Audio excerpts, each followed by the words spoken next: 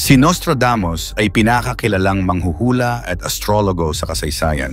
Ang kaniyang mga hula ay naging controversial dahil karamihan sa kaniyang mga hula ay misteryoso at nakakatakot. Mula sa kaniyang aklat na Le Prophéties, isinulat niya dito ang kaniyang mga pangitain sa pamamagitan ng mga tula na kilala bilang quatrains. Maraming henerasyon na ang nagpatotoo at pinaniniwalaan ng tagasunod niya na si Nostradamus ay nakapredict at nakahula umano ng maraming mahahalagang pangyayari sa kasaysayan tulad ng pag-usbong ni Adolf Hitler, pagkakaroon ng COVID-19, pag-atake sa Pearl Harbor, ang pambobomba ng atomika sa Hiroshima at Nagasaki, Japan, at marami pang iba na tila naging makatotohanan. At ayon sa mga eksperto sa bawat taon o siglo, ay mayroon itong matitinding hula.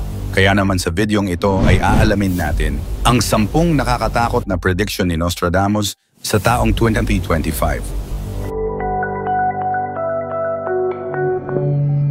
Pang-10, paglawak at pamamayagpag ng bansang China. Ayon sa interpretation ni Nostradamus, tinukoy niya ang pag-angat ng isang bansa mula sa silangan na nauugnay sa China mula sa kanyang quatrain. From the east, a great dragon will rise, flying across the sky. Maraming nagsasabi na ito ay isang simbolo ng lumalakas na impluensya ng China sa pandaigdigang ekonomiya at politika at magiging mas marahas at mapanakop na bansa na maaaring maging mas kapansin-pansin pagsapit ng taong 2025. Pang-siyam, natural disasters at pagbabago ng klima o climate changes. Ipinapakita ng ilang quatrain ni Nostradamus ang matinding mga pagbabago sa kalikasan, panahon at kapaligiran, kabilang na ang malalakas na bagyo at mga lindol. Mula sa kaniyang quatrain, the earth will shake in the new city and the earth will open up in several places. Binibigyang kahulugan ng kanyang tagasunod bilang pagtaas ng mga natural na sakuna sa iba't ibang bahagi ng mundo, gaya ng malalakas na lindol at bagyo, baha at matinding init sa mga bansa, kasama na ang mga pagbabago sa klima na magdudulot ng higit pang sakuna. Pang-8, pag-usbong ng teknolohiya at artificial na intelihensya o ang AI. Sa pagbabago ng teknolohiya sa mundo, nabago rin ang takbo at pamamaraan ng buhay ng mga tao. Napabilis at napagaan ang kanilang trabaho, ito ay dahil sa artificial intelligence o AI. Ang pag-usbong ng makabagong teknolohiya at AI ay mula umano sa propesiya ni Nostradamus ayon sa nag-i-interpret ng ilang quatrain ng manghuhula na tumutukoy sa kaniyang quatrains. The new machine man will rise, blending with the natural world. Sa pag-usbong ng AI at ang potensyal na pagsasama ng mga makinarya at tao sa hinaharap ay lalong mangingibabaw. Pang-7, pagbabalik ng monarkiya. Sa mga hula ni Nostradamus sa kaniyang quatrain na nagpapahiwatig ng pagbabalik ng isang leader mula sa nakaraan o isang bagong uri ng monarkiya. A king will be restored who will rule for long.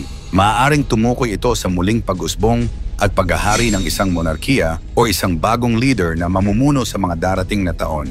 Pang-6, pagbagsak ng isang malaking bansa. May mga nakasulat sa quatrain ni Nostradamus na ipinapahiwatig ang pagbagsak ng isang makapangyarihang bansa o imperyo sa mundo sa mga taong darating at 2025. The great empire will fall into ruin. Maraming nagsasabi na maaaring tumukoy sa superpower country o makapangyarihang bansa ang babagsak gaya ng Estados Unidos sa darating na mga taon. May quatrain pa nagpapahiwatig ng malaking pagbabago sa pandaigdigang politika, kabilang na ang pag-usbong ng isang bagong sistema o leader. A new order will rise. The old ones shall vanish like smoke. Ipinapakita nito ang posibilidad ng isang global political shift tulad ng pagbagsak ng mga malalaking bansa o rehimen at ang paglitaw ng isang bagong sistema ng pamamahala. Pang-5, paglalakbay pa sa kalawakan dahil sa makabagong teknolohiya. Ang mga teknolohiya sa space exploration ay sinasabing nakapaloob sa ilan sa mga hula ni Nostradamus. Ang ilang mga interpretation ng quatrain ay nagsasabing magkakaroon ng higit pang pagsulong sa paggalugad sa kalawakan. Men will reach the stars, and beyond their reach, they will find new worlds.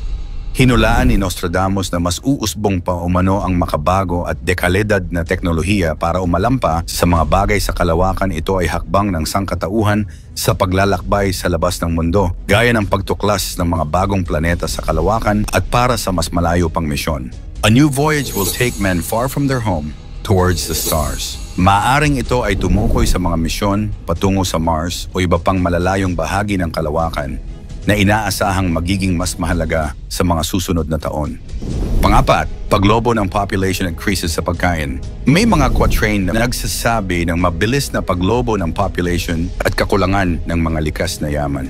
The earth will groan under the weight of its inhabitants and hunger will spread far and wide. Ipinapahiwatig nito na mas dadami ang magugutom, maghihirap sa iba't ibang panig ng mundo, ang mga potensyal na hamon sa hinaharap tulad ng kakulangan sa pagkain at tubig dulot ng paglobo ng populasyon at pagsira ng kapaligiran.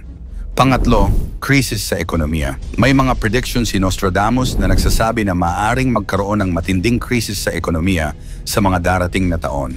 The markets will fall and the great towers will collapse.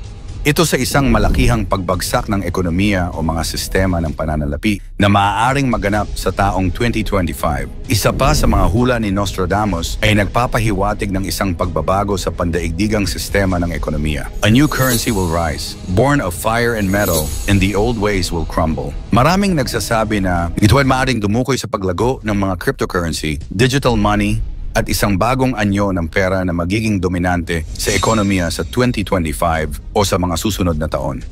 Pangalawa, pag-usbong ng bagong uri ng paggamot o medisina. Hindi lahat ng hula ni Nostradamus ay puro nakakatakot at panganib. Meron din nakalagay sa ilang quatrain na nagsasabi tungkol sa malaking pagbabago o pagkatuklas sa medisina. In the age of iron and silicon, a new healing method will emerge. Ang hulang ito ng astrologo ay posibleng tumukoy sa mga bagong teknolohiya sa medisina tulad ng bioengineering, gene therapy, o advanced na AI sa larangan ng kalusugan na maaaring lumabas sa taong 2025. At ang una, World War III, o ang ikatlong digmaang pandaigdig.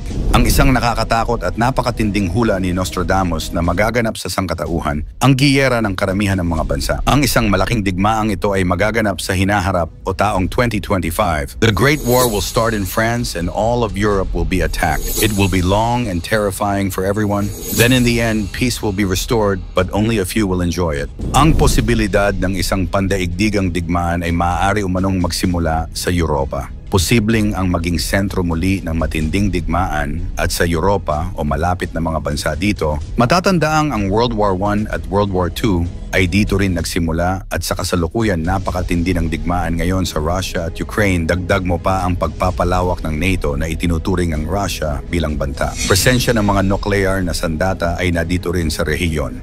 Ang mga hula ni Nostradamus para sa taong 2025 ay naglalaman ng mga misteryosong pahiwatig tungkol sa hinaharap. Bagamat ang mga pahayag ay kriptiko at hindi malinaw, maaaring magbigay ito ng babala at pagiging handa. Mangyari man o hindi ang mga hula ni Nostradamus, isa lang ang dapat nating paniwalaan at sampalatayanan.